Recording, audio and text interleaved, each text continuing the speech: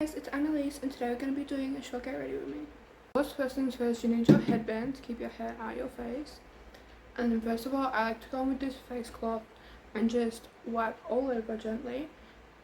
It helps pick up any dirt and oils that you may have from like your night cream or that you've picked up on your pillow. Next, we go with the moisturizer. I love Sukin. They are my favourite brand. So we're going to go in and I apply it straight to my face. And then instead of rubbing like that, I just dab.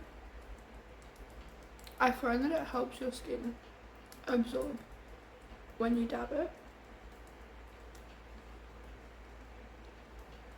And then of course there will still be some left, so then you just rub it in at the end. When you rub it in, you want to try keep it in the motion or the direction of your face. This just helps to make sure that your T-zone does not pick up too much oil and that the right areas are getting enough moisture. We are now going to go in with the Maybelline Fit Me Luminous and Smooth Primer. This is really good if you have dry skin like me, because I used to find my old primers would still make my makeup crack on my skin. If you're a makeup girl, you know exactly what I'm talking about. But with this, I have the glowiest, smoothest base. And now nobody can tell that I have dry skin. Again, I just want to go in and I would like to dab.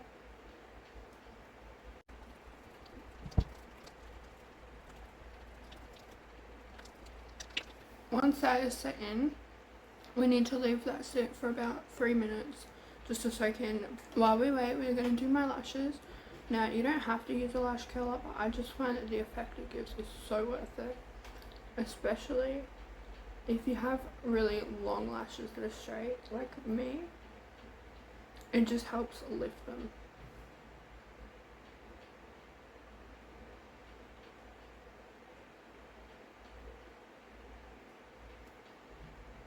Look at the difference. You would never have known my eyelashes were that long if I didn't curl them.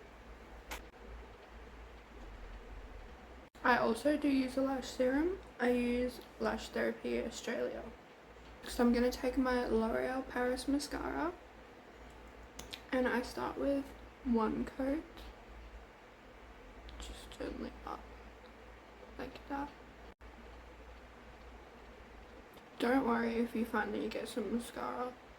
I always wipe it off, which is why I haven't finished my base yet.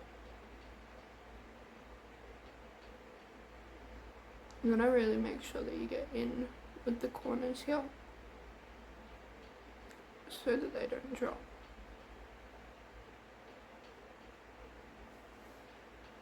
Now we're gonna do the other side.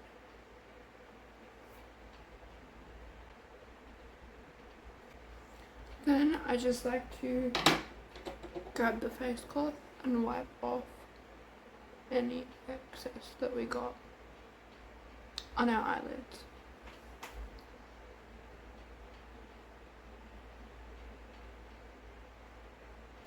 Now I'm going to go in with a second coat, making sure not to touch my eyelids, as we just want to do it really, really lightly, as most of our eyelash is already covered.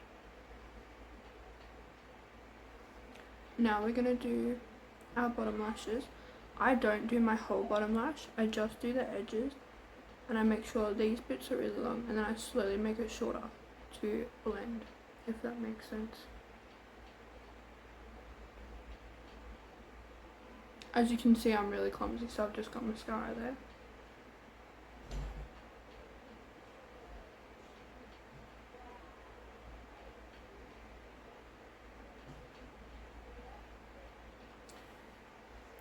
I know I look crazy right now, but I promise it's a trust the process. Now I'm going to use a Q-tip to clean the underneath. Q-tips, in my opinion, are just so much easier. Now that we've cleaned it up, we are finally going to start with our base. Now I'm using the Mecca Max Camo Concealer. This product is a lifesaver for any red spots or blemishes that you want to cover up. It doesn't leave too much of a green tint on its own, and if you put foundation or concealer over the top, there is no green tint at all. And I just take my sponge and blend it out.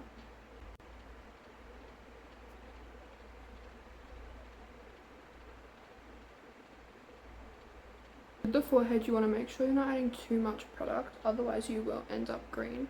The only reason I add it is just to make sure that it looks even and not the whole forgetting the forehead makeup look. Cause now I go in with a concealer. It is the Rimmel Kind and Free.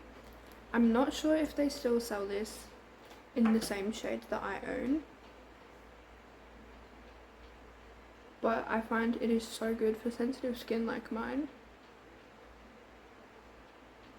However, I will say the shade range does disappoint. When you start to blend out your concealer with the Mecca Max Green Concealer, it will blend together, and this is what gives you the anti-redness look. When you begin to blend this out, it will mix with the Camo Concealer, which is why the green tint disappears. But it still makes sure that your red does not shine through. When you begin to blend this out, it will mix with the Camo Concealer, and that is what takes away the green tint. As you can see, it is so subtle, and it creates such a smooth base. I do add on top of where I put the green, but I also add a little bit just up here. Again, make sure when you conceal, you're doing it to your face shape and your skin.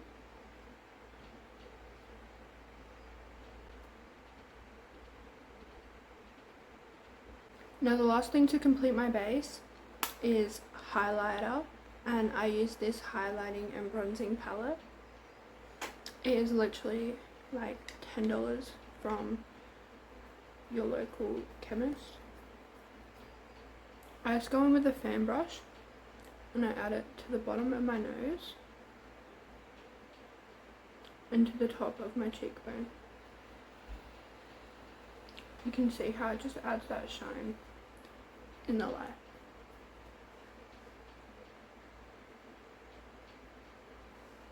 Then I go in with this small eyeshadow brush, and for my cheekbones and my nose I use this shade, but for my eye I'm going to use this shade. Just gently dab it into the palette. You want to really lightly add that to the inner corners of your eye. Now it just gives you, now that is my base complete. I would normally do my eyebrows, but I did just tint them last night, so instead we're just going to shape them.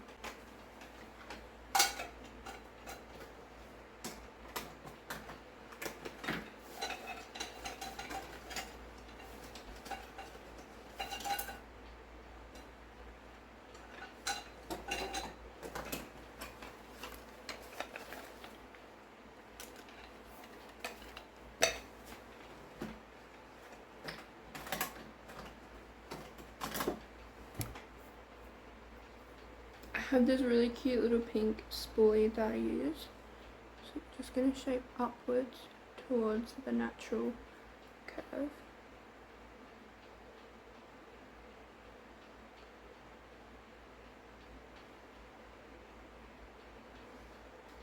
That is the end of the get ready with me. Thank you guys so much for watching. Don't forget to drop a like and a subscribe.